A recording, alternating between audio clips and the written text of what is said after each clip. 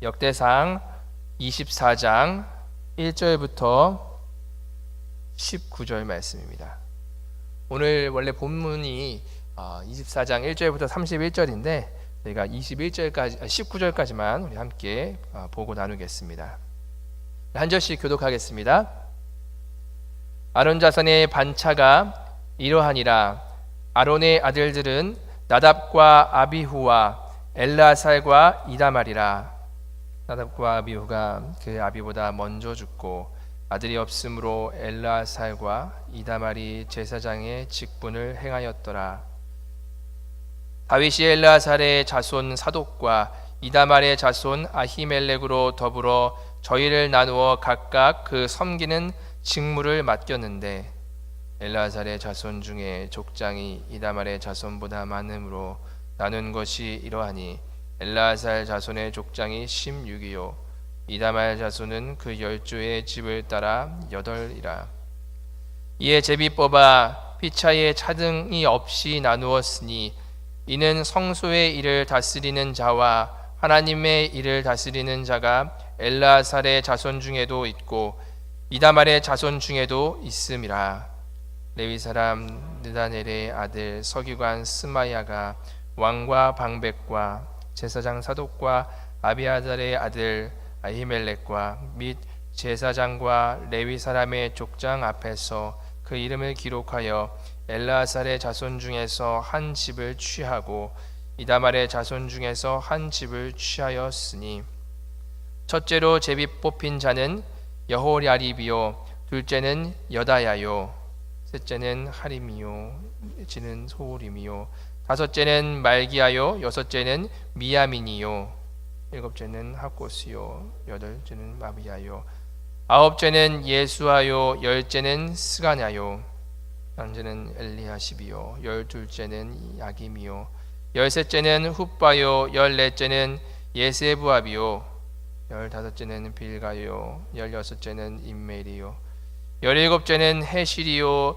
열여덟째는 핫비세스요 열아홉째는 보다야이요 스무째는 여헤스겔이요 스물한째는 야긴이요 스물둘째는 가물이요 스물셋째는 들라예요 스물넷째는 마시아라. 이와 같은 반차로 여호와의 전에 들어가서 이스라엘 하나님 여호와께서 저희 조상 아론에게 명하신 규례대로 수종 들었더라. 아멘. 네, 오늘 저는 여러분들과 올바른 제사장으로 라는 제목을 가지고 함께 하나님 말씀 나누기 원합니다. 신약 시대를 살아가는 저와 여러분들은 사실 이 성전의 의미를 볼 때 물론 우리가 이렇게 건물이 있는 이곳에 모여서 하나님을 예배하기도 합니다만 성령이 우리 안에 거하시기 때문에 우리가 성전이라 이렇게 이야기를 하기도 합니다. 하지만 구약에서는 사실 하나님의 성전이 눈에 보이게 있었고 그곳에서 하나님의 임재가 있었기 때문에 그곳에서만 하나님을 예배하는 그 부분을 우리가 성경을 통해서 잘 알 수 있습니다. 그런데 이런 하나님의 임재의 상징인 그런 성전, 이 구약 시대엔 그 성전의 일을 바로 제사장과 레위인들이 그렇게 구분되이 감당했던 것을 저희가 볼 수 있습니다. 제사장은 레위인 지파 중에서 구별되어서 제사에 관계된 일을 그런 담당했던 그런 자들로서 특별히 이제 제사장 중에 우두머리 대제사장은 이스라엘을 대표하는 그런 성격을 가지기도 했습니다. 사실 이 제사장이라는 그 단어가 성경에 처음 소개된 거 여러분들 혹시 기억하십니까? 처음 그것이 등장한 것이 바로 멜기세덱을 지극히 높은 하나님의 제사장이라고 창세기 14장에서 그렇게 명한 것, 그것으로 처음 이 제사장이라는 그 말이 등장을 했습니다. 그러나 이 공식적으로 이 제사장이라는 그 직책이 생겨난 것은 바로 모세 시대에 성막이 완공된 이후에 그때서부터 이 제사장이라는 부분을 이야기를 하고 있었습니다. 그래서 모세의 형 바로 아론이 처음 제사장의 직책을 맡게 되었고 그리고서는 율법상 특별한 결격 사유가 없는 그런 장자들은 대를 이어서 종신토록 그렇게 사역하는 아주 세습직이죠. 그래서 이것이 바로 제사장의 부분이었습니다. 이 제사장의 직무, 그럼 제사장이 그렇다면 어떠한 일들을 그렇게 감당하면서 나아갔는가라는 것을 볼 때에 신명기 33장 10절 말씀을 통해서 저희가 볼 수 있습니다. 이 말씀을 한번 보시면 주의 법도를 야곱에게, 주의 율법을 이스라엘에게 가르치며 주 앞에 분향하고 온전한 번제를 주의 단 위에 드리리로다 라고 그렇게 이야기를 하고 있습니다.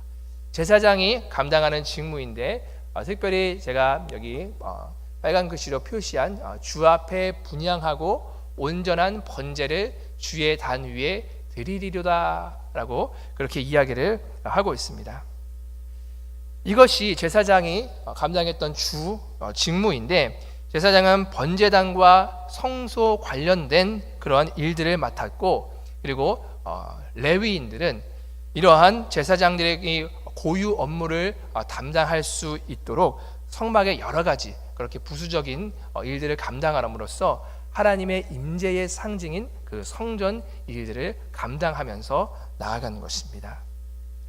오늘 본문은 이런 대제사장 아론의 후손, 즉 제사장들에 대해서 이야기를 하는 부분을 저희가 볼 수 있습니다. 아론 자손의 반차가 오늘 본문에서 소개가 되는데, 이 반차는 바로 무슨 말이냐? 신분이나 등급의 순서, 즉 차례를 가리킵니다. 이제 가장 먼저 등장하는 이름이 바로 오늘 본문 1절에 나옵니다. 1절에 아론 자손의 반차가 이러하니라. 아론의 아들들은 나답과 아비후와 엘르아살과 이다말이라 하면서 가장 처음으로 나답과 아비후와 엘르아살과 이다말이 그렇게 소개가 되는 것을 저희가 볼 수 있습니다. 그런데 재미있는 사실은 그렇게 언급한 이후에 바로 2절에서 나답과 아비후가 그 아비보다 먼저 죽고 라고 그렇게 이야기를 합니다.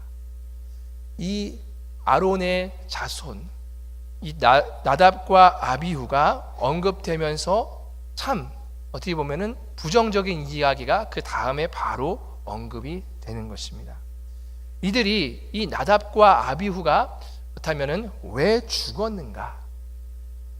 여기서는 단순히 그냥 나답과 아비후가 그 아비보다 먼저 죽어라고만 이야기를 하고 있는데, 그 이유를 저희가 한번 살펴보면 레위기 10장 1절 말씀에 그 부분이 나옵니다. 우리 10장 1절 말씀 우리 함께 읽겠습니다. 시작.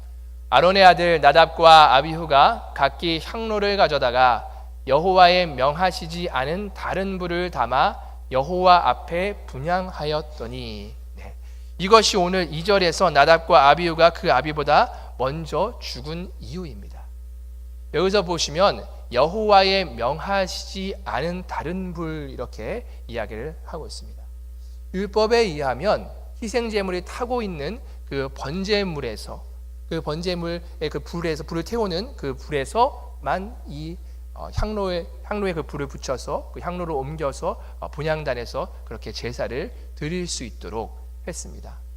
그런데 나답과 아비후는 바로 그 희생제물이 타고 있는 그 번제물에서 그 불을 취하지 않은 것이죠. 그래서 여기서 보시면 여호와의 명하시지 않은 다른 불이라, 즉 그 희생제물이 타고 있는 그 번제단에서 온 그 불이 아닌 그 외에 다른 불로 그렇게 분향하였다라고 이야기를 하고 있습니다. 그랬더니 그 결과 바로 불이 여호와 앞에서 나와 그들을 삼킴에 그들이 여호와 앞에서 죽은지라라고 그렇게 얘기합니다.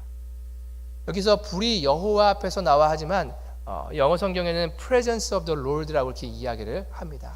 하나님의 임재 앞에서 그 불이, 그 임재의 상징인 그 불이 나와서 그들을 삼켰고 그것으로 인하여서 이들이 죽게 되었다라고 이야기를 하는 것을 저희가 볼 수 있습니다. 이것들은 이들이 하나님의 말씀에 주의를 기울이지 않았던 것을 그렇게 이야기를 하고 있는 것이죠. 사실 이 사건 그 직후에 바로 10장 레위기 10장 9절 말씀을 보면 제사 집례시 독주를 금하는 그런 규례가 바로 나오게 됩니다.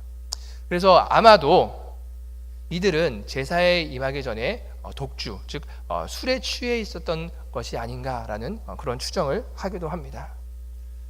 사실 이렇게 이들은 여호와께서 말씀하신 그런 법을 쫓아서 그 방법대로 하나님 앞에 제사하지 않았던 것이죠. 사실 이들은 따로 거룩하게 하나님 앞에서 세움받은 자인데 하나님을 경외함을 가지고 철저하게 하나님의 말씀을 쫓아서 나아갔어야 하는 자가 그렇게 하지 못했었던 것, 그리고 그에 대한 결과는 아주 처참했었던 모습을 그렇게 저희가 볼 수 있는 것입니다. 이전에도 저희가 역대상에서 사실 얼마 전에 함께 나누었던 말씀이죠.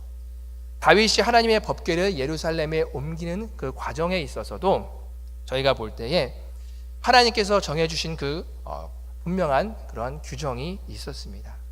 즉 레위인들만이 이 법궤를 어깨에 메고 그렇게 운반을 할 수 있는 것이 바로 하나님께서 이 법궤를 운반하는 그런 방법을 이들 가운데 주신 것이죠. 그런데 이 다윗은 그것을 모르고 하나님의 법궤를 수레에 넣어서 예루살렘으로 들여오라고 했고, 그 수레를 끄는 바로 이 소가 날뛰자 이 법궤가 그 안에서 흔들리고 떨어지려고 하자 바로 그 법궤를 운반하는 그 웃사가 그것을 손으로 만져서 그 자리에서 죽고 마는 그러한 부분을 저희가 말씀을 통해서 볼 수 있습니다. 법궤는 하나님의 임재를 상징하는 아주 거룩한 것이죠. 그래서 하나님께서 그 운반을 하는 것을, 그 방법을 하나님께서 친히 명하셨습니다. 하나님의 율법은 그 법궤는 만지는 것을 물론이고, 그리고서는 그것을 본 자도 사실 죽음을 면하지 못하는 그런 것을 엄히 경고하였는데, 그 하나님께서 주신 그 방법을 온전히 따르지 않았던 그 결과, 이 나답과 아비후도 그렇고 이 웃사도 그렇고 이 하나님께서 명하신 그 방법을 온전히 따르지 못했을 때 이들은 죽음을 면하지 못했던 그 모습을 볼 수 있습니다. 우리가 하나님의 일을 할 때에 얼마나 효율적인가, 얼마나 많은 이들을 우리가 동원하는가, 얼마나 화려한 모습으로 우리가 얼마나 빠르게 그 일들을 진행하는가, 그것에 사실 많은 사람들이 관심이 있죠. 하지만 하나님의 일은 바로 하나님의 철저한 그 뜻을 좇아서 충실히 감당하는 것, 그것이 너무나도 중요한 것임을 바로 오늘 우리가 이 나답과 아비후의 사건을 통해서 다시 한 번 더 볼 수 있는 것입니다. 이렇게 나답과 아비후는 바로 하나님의 그 제사 일을 감당하는 이 제사장으로서 더 이상 그 일들을 감당하지 못하고 이렇게 죽었지만, 바로 이어서 하나님께서는 엘르아살과 이다말을 세우시고 그들을 통하여서 제사장 직무를 계속할 수 있도록 하십니다. 사실 이 하나님의 일은 어떤 사람에 의하여서 좌지우지 되지 않는 것을 또 보여주는 그러한 부분이기도 하지요. 우리는 사람의 어떠한 상황에 따라서, 환경에 따라서 이 일들이 중단되지 않는가라는 그런 걱정을 우리가 하기도 합니다. 하지만 하나님께서 시작하신 그런 일들, 또 하나님께서 그 일들을 가운데 함께 하시며 또 계속 이어가시며 그 주도권을 하나님께서 잡고 계시기 때문에 하나님께서는 그 일들을 계속해서 펼쳐가시는 것을 저희는 볼 수 있는데, 바로 엘르아살과 이다말을 통하여서 하나님께서는 그 일들을 감당하신 것을 저희는 볼 수 있습니다. 그들은 순서로 여호와의 전에 들어가서 바로 이스라엘 하나님 여호와께서 그들의 조상 아론에게 명하신 그 규례대로 그들을 섬겼던 것을 저희는 볼 수 있습니다. 그런데 이들이 그렇게 새롭게 또한 이 제사장의 직무를 담당하면서 섬겨하는 과정 가운데에서 어려움이 생긴 것을 저희가 오늘 본문 4절에 볼 수 있습니다. 본문 4절 보시면 엘르아살의 자손 중에 족장이 이다말의 자손보다 많음으로 이렇게 이야기를 합니다. 사실 이것이 문제가 되었습니다. 이 두 엘르아살과 이다말이 있는데 그 가운데 그 자손 중에 족장이 대표적인 대표의 성을 띠는 사람들이 바로 이다말의 자손보다 훨씬 더 많은 그런 상황이 된 것이죠. 그래서 나눈 것이 이러하니 엘르아살 자손의 족장이 16이요 이다말 자손은 그 12의 집을 따라서 8이라 이렇게 이야기하고 있습니다. 근데 5절에 이것을 나눈 기준이 있는데 바로 이러한 문제를 가지고 엘르아살의 족장이 더 많기 때문에 바로 제비를 뽑아서 피차에 차등 없이 나누었다라고 그렇게 5절에서 이야기를 하고 있는 것입니다. 이 하나님의 일을 감당할 때에 이러한 상황이 펼쳐졌을 때에 바로 성경에서도 사실 나온 그런 방법이죠. 이 제비를 뽑아서 이들 가운데에서 그 차등이 없이 동일하게 이들이 온전히 하나님의 일을 섬길 수 있도록 그렇게 열어준 그 부분을 보면서 그렇게 하여서 나중에 결국은 제사장들의 그 24반은 많은 사람들 앞에서 제비를 뽑아서 공평하게 그리고 공정하게 그렇게 편성된 것을 저희가 볼 수 있습니다. 하나님의 공정성이 이렇게 사람을 세우는 과정 가운데에서 온전하게 드러난 것을 저희는 볼 수 있습니다. 우리도 교회에서 어떤 일들을 감당할 때에도 바로 이런 하나님의 공정성을 우리가 가지고 모든 일들을 바라보고 또 그렇게 우리가 그것을 행하며 또 그것이 이루어질 수 있도록 우리가 기도하면서 나아가야 하는 것이 바로 이 하나님의 교회입니다. 하나님의 교회는 바로 거룩성을 가지고 있고 또 우리가 세상과 구분되어 있기 때문에 이 안에서는 우리가 세상에서 어떤 직분을 갖고 있는 어떠한 연수로 우리가 그 부분을 자랑하든 그것과 상관이 없이 하나님께서 우리는 똑같은 하나님의 자녀로서 평등하게 우리가 하나님 앞에서 나아가는 그 부분을 이야기를 하는 것입니다. 이 구약에서 하나님의 그 제사를 담당했던 이 제사장의 사실 행했던 이런 직분들은 이 업무는 사실 그리스도가 신약에 이제 그리스도가 오시기 이전에 그리스도께서 이루실 그 속죄 사역을 예표하는 그러한 부분인 것이죠. 즉 다시 말하면 이제 예수 그리스도께서 이 땅 가운데 오셔서 그 속죄 사역을 이룰 그 모습이 아직 나타나지 않았기 때문에 그 모습을 그렇게 보여준 그 부분이 바로 이 제사장들이 감당했던 그러한 직무입니다. 바로 이 대제사장 아론과 제사장들의 직무는 사실 이렇게 예수 그리스도의 그 속죄의 사역을 보여주고 있는데 예수님께서 친히 이 땅 가운데에 오셔서 우리를 위해서 아버지께 속죄의 제사를 드리셨고 자신이 바로 번제물과 그런 화목제물로서 드려진 것이죠. 그래서 히브리서 9장 12절에는 이렇게 이야기합니다. 염소와 송아지의 피로 아니하고 오직 자기 피로 영원한 속죄를 이루사 단번에 성소에 들어가셨느니라. 구약과 대조적인 부분을 이야기를 합니다. 짐승의 피로, 바로 염소와 송아지의 피로 이 구약에는 제사를 올려드렸죠.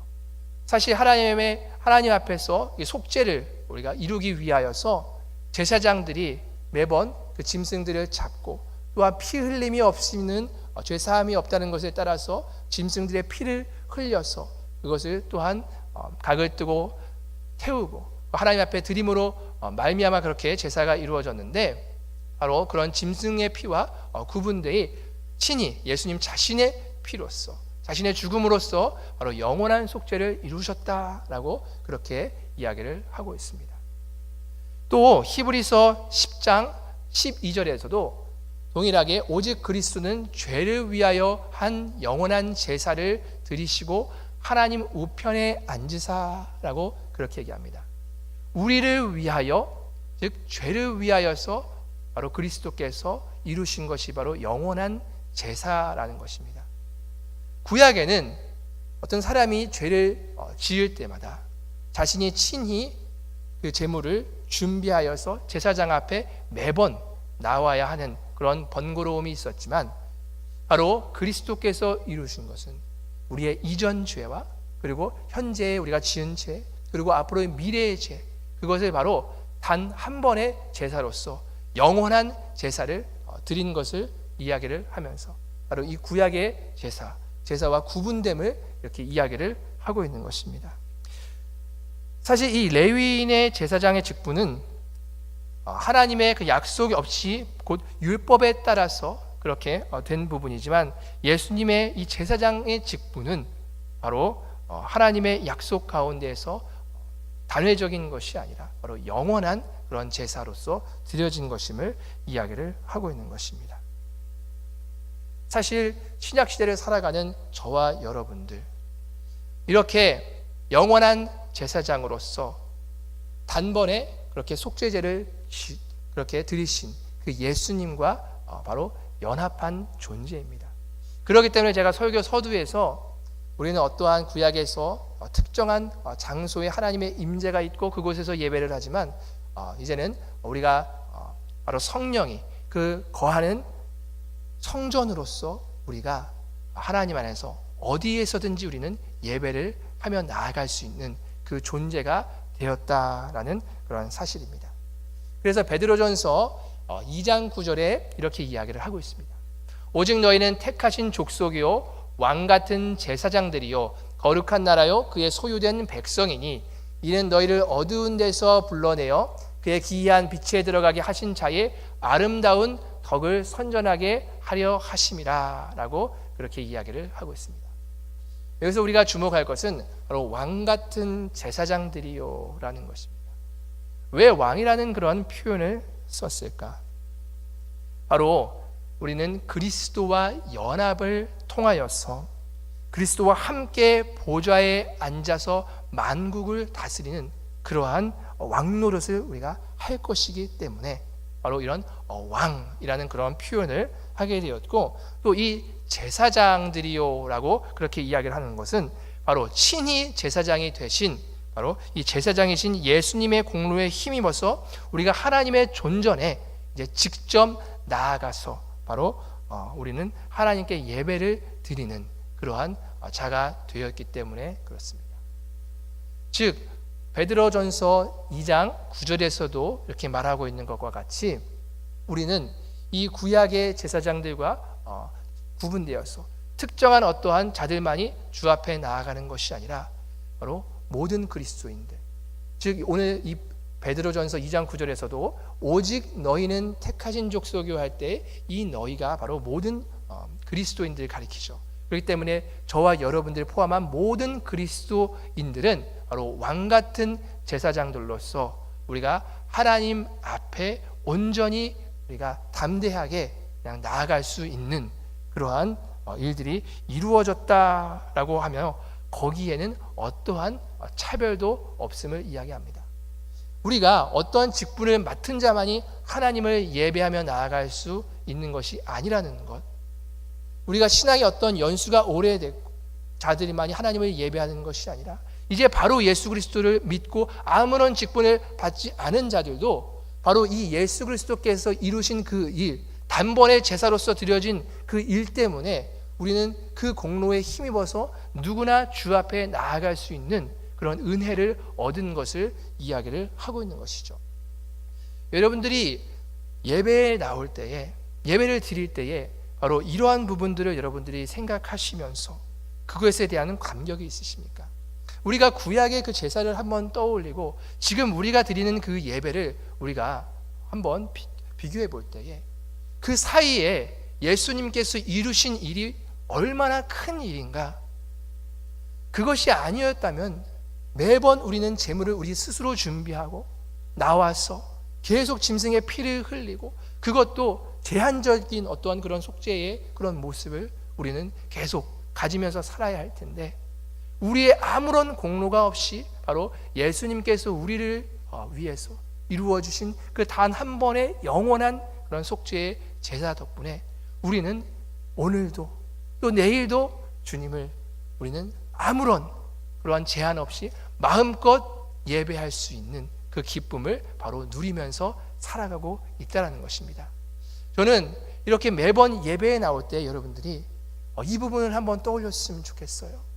정말 이 구약 시대와 또 신약 세대를 살아가는 우리 이 사이에 예수님께서 정말 우리를 위해서 이루신 것이 얼마나 큰 일인가, 그것에 대한 감격을 가지고 우리 역시 정말 주님께서 우리를 따로 불러서 하나님의 자녀를 삼으셨고 친히 우리와 연합해 주셨는데 정말 이 거룩한 올바른 제사장으로서 주님 앞에 날마다 나아가는 그러한 삶의 모습이 우리 안에서 회복되었으면 좋겠습니다. 그래서 정말 하나님을 사모하는 그러한 마음, 하나님을 경외하는 마음으로 하나님께서 우리에게 명하신 그 하나님의 말씀을 따라서 우리가 예배하는 자, 내 감정과 어떤 내 그냥 생각과 내 편의가 아니라 하나님께서 우리에게 주신 그 말씀을 따라서 예배하는 자로서, 또한 누구나 어떠한 제한 없이 내 어떠한 상황과 상관없이 바로 이 그리스도의 보혈의 공로를 의지하여서 우리가 담대히 또한 믿음으로 나아가는 그런 예배자로서 바로 저와 여러분들의 삶이 매일매일 주 앞에 드려지는 그런 참된 예배자로서 나아가는 저와 여러분들의 삶이 되기를 주님의 이름으로 축원합니다.